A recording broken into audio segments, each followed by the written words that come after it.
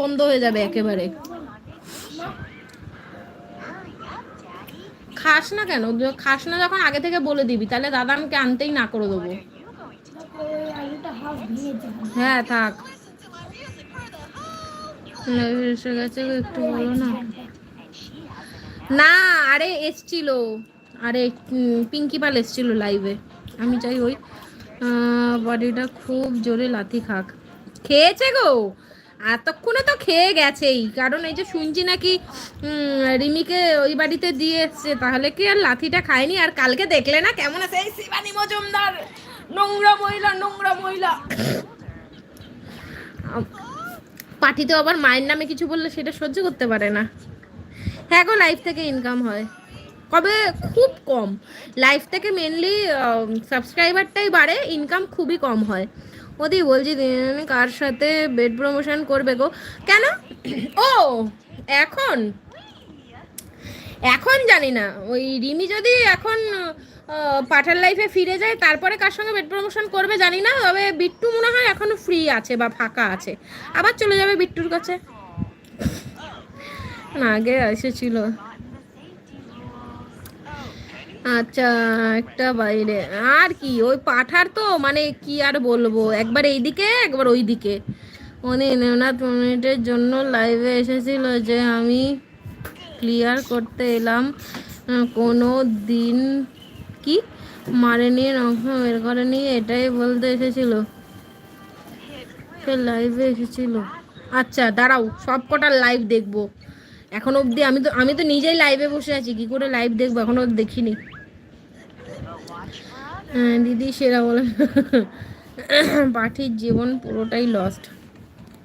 দেখো, পাঠির জন্য পাঠি আমাকে খুব বাজেভাবে 2টো স্ট্রাইক মেরেছে। পার্টির ভালো ভিডিওতে ওকে কংগ্রাচুলেশন করেছে ভিডিওটা, এবং ওকে ওর পাশে নিঃস্বার্থভাবে ওর জন্যই লড়ে যাচ্ছিলাম। এইদিকে কি করেছে রিমি আর ওই পাঠা আর এই মুন, 3জনে মিলে নাকি প্ল্যানিং করে ওকে দিয়ে আমাকে স্ট্রাইকটা মারিয়েছে। তার মানে এরা 3জন প্ল্যানিং করেছে আর একে গুটি হিসাবে চেলেছে। তো তোর যদি এতই শখ লোকের হাতের গুটি হয়ে থাকার, তুই গুটি হয়েই থাক, সারা জীবন তোকে দরকারে ইউজ করবে, তারপরে নেতার মতন ছুঁড়ে ফেলে দেবে, ঘর মুছবে, চিপড়াবে, ছুঁড়ে ডাস্টবিনে। তোর কপালে ওটা মানে দিস, ওই পাঠির কপালে ওটাই আছে।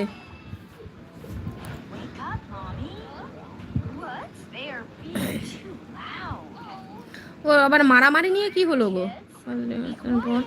50%। ও আচ্ছা আচ্ছা, মানে ওই যে ওর মা মিথ্যা কথা বলেছিল যে মেরে রক্তাক্ত করেছে, ওইটা নিয়ে লাইভে এসেছিল। আর ওই পাঠিকে দিয়ে তো জোর করে করে লাইভ করি, এসব বলানোই হয় হামেশা। জানি না গো, সৃজা হয়তো গেছে বল 50% লস্ট হয়েছিল, বাট এখন পুরোটাই লস্ট। পার্টির কান্না দেখার অপেক্ষা করছি, এবি মজা লাগবে। ও তো মানে কি বলবো, এই দিকে যখন মানে ওদের দুজন একসঙ্গে ডিপি চেঞ্জ করতো, বা যখন দেখলো যে পাঠিকে ইয়ে খুলে দিয়েছে, তখন দিদি আমার কি হবে, আমি আর নিতে পারছি না দিদি, পেছনে বসে দিদি কাঁদে। আর সামনে এসে এমন পিরিত দেখায়, ওই মেয়ে, ওই অসভ্য মেয়েটা না খুব বেড়েছিল, বেশ হয়েছে।